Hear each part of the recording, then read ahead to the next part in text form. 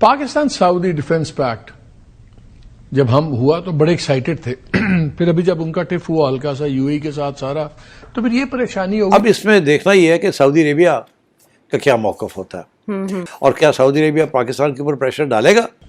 Could it put us in an awkward position? Pakistan के army chief field marshal के लिए बड़ा चैलेंज आ गया है। बड़ी तकलीफ हुई है और इस चीज का मैंने अर्ज किया आपके सामने कि कोई इम्कान नहीं है कि अगर कभी भारत और पाकिस्तान के दरमियान कोई भी जो है सूरत हाल खराब हो, जंग की सूरत हाल फर्ज करें बने, तो सऊदी अरब किसी भी हवाले से पाकिस्तान का साथ दे। प्रैक्टिकली तो वो साथ देगा ही लेकिन नहीं। इसके अलावा भी जो पाकिस्तान में मुख्तलिफ पॉलिटिकल सेगमेंट्स हैं उनकी जानिब से ये तबसरा किया जा रहा है कि बस अब ये डू और डाई लाइन है, यहीं फैसला हो जाएगा कि वो जो अच्छे ताल्लुकात या सिचुएशन थी वो नहीं रहेगी। Where is the failure? The failure is retarded. तो फिर पाकिस्तान क्या इमारात से लड़ेगा? क्योंकि आफ्टर ऑल पाकिस्तान के बाप कितने हैं ना, आपने अपनी माँ के इतने यार बनाए हुए हैं पाकिस्तान। ये हमारे गले पड़ जाएंगी और इतनी इंस्टेबिलिटी हो जाएगी इस मुल्क में कि we will not be able to handle it. क्या आपने चाइना को भी अपनी माँ पेश की हुई है, अमेरिका को भी की हुई है, तुर्की को भी की हुई है, सऊदी अरब को भी की हुई है। सऊदी अरब पाकिस्तान से उस वक्त नाराज हो गया। भारत के हवाले से ये है कि भारत के साथ सऊदी अरब के हिस्टोरिकली बहुत क्लोज टाइज हैं, एक बिजनेस रिलेशनशिप है आपस में जो कि बहुत ही मैसिव है। आसिम मुनीर ने रिक्वेस्ट भेजी थी सऊदी अरब के किंग को कि मैं आपसे मिलने के लिए आना चाह रहा हूँ, मतलब प्रिंस मोहम्मद बिन सलमान को। उसने मना कर दिया, उसने कहा कोई ज़रूरत नहीं आने की, मुझे तुम लोगों का पता है तुम कितने घटिया और हिपोक्रेट हो। नमस्ते दोस्तों, जय हिंद।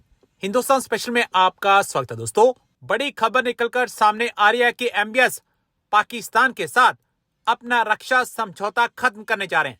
दरअसल पाकिस्तान ने सऊदी अरब को पूरी तरह से धोखा दिया, जिससे एमबीएस काफी नाराज लग रहे हैं और वो पाकिस्तान को एक बड़ा झटका देने जा रहे हैं। आपको 17 सितंबर 2025 की तारीख याद होगी, जब सऊदी अरब और पाकिस्तान ने परस्पर सुरक्षा को लेकर समझौता किया था। लेकिन जब यमन ने गृह युद्ध में सऊदी अरब समर्थित पक्ष बैकफुट पर जाने लगा तो मुनीर की तरफ से कोई सामरिक मदद नहीं आई। मुनीर ने अपने दोस्त की पीठ में ही खंजर घोंप डाला, जिससे सऊदी अरब को तगड़ा नुकसान हुआ।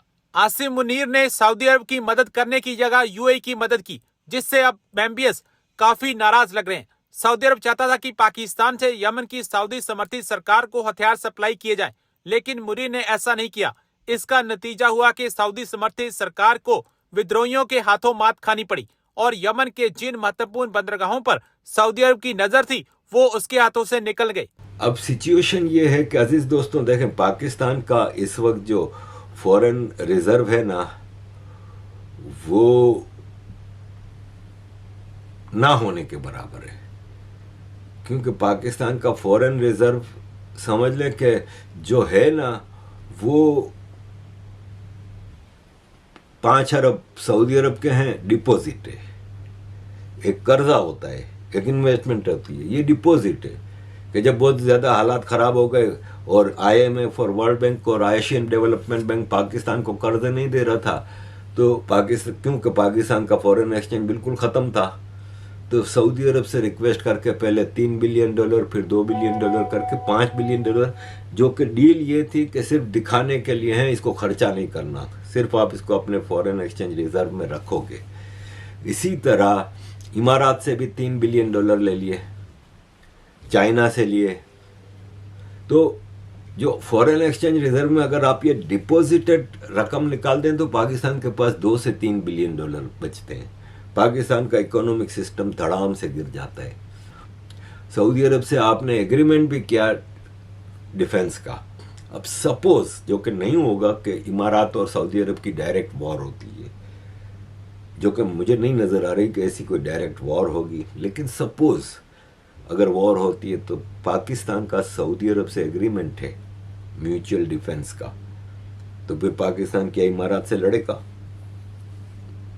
क्योंकि आफ्टर ऑल पाकिस्तान के बाप कितने हैं ना, आपने अपनी माँ के इतने यार बनाए हुए हैं पाकिस्तान।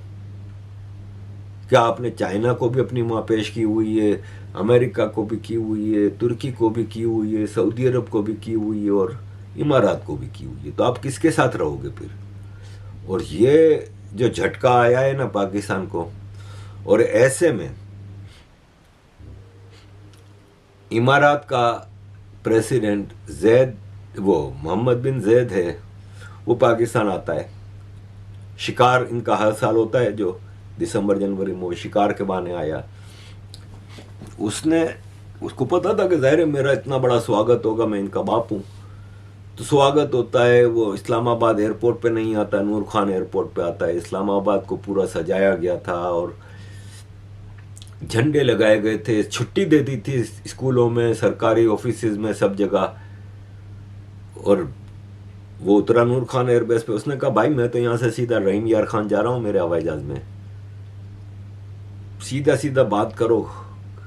और जाहिर है जो बातचीत हुई होगी आसिम मुनीर और शहबाज शरीफ के साथ अंदर कमरे में जाके एयरपोर्ट पे, नूर खान एयरबेस, वो सीधी सीधी इस पूरे रीजन के इस मामलात पे हुई होगी जो सऊदी अरब से क्लैशिंग पॉइंट है, सोमालीलैंड है, सूडान है, यमन है।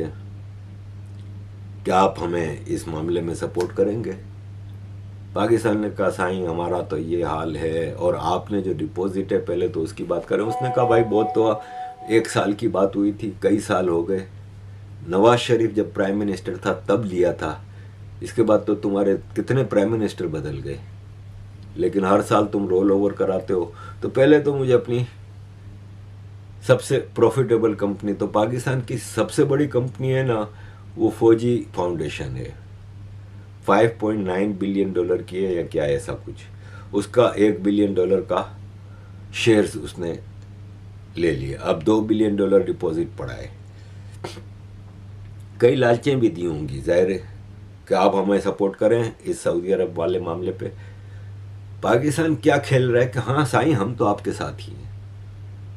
अब ये चले गए रहीम यार खान, अब पाकिस्तान ने कहा कि सऊदी अरब को कैसे मनाएं। तो अदील राजा बताते हैं कि आसिम मुनीर ने रिक्वेस्ट भेजी थी सऊदी अरब के किंग को कि मैं आपसे मिलने के लिए आना चाह रहा हूँ, मतलब प्रिंस मोहम्मद बिन सलमान को। उसने मना कर दिया, उसने कहा कोई ज़रूरत नहीं आने की, मुझे तुम लोगों का पता है तुम कितने घटिया और हिपोक्रेट हो, और साफ मना कर दिया। क्योंकि ख़ास तौर पे आसिम मुनीर मोहम्मद बिन जैद के साथ बड़ा अच्छा चल रहा था और सब कुछ था। और सबसे बड़ी बात कि आसिम मुनीर 2 हफ्ते पहले लीबिया गया था, और लीबिया का वो हिस्सा जिसको सऊदी अरब सपोर्ट करता है, जो मैंने आपको सऊदी अरब और इमारात का क्लैश बताया कि सूडान, सोमालिया और यमन, लीबिया में भी 2 हुकूमतें हैं। जो कैपिटल ट्रिपोली है वहाँ पे जो गवर्नमेंट है उसको पूरी दुनिया रिकॉग्नाइज करती है, यूनाइटेड नेशंस रिकॉग्नाइज करती है, इवन इमारात भी करता है, और सऊदी अरब उसको सपोर्ट करता है। दूसरी तरफ जो बिन गाजी में एक सल्तनत बनी हुई है लीबिया की, उसको दरपर्दा इमारात सपोर्ट करता है। तो 2 हफ्ते पहले इमारात के कहने पे आसिम मुनीर वहाँ पे गया था बिन गाजी,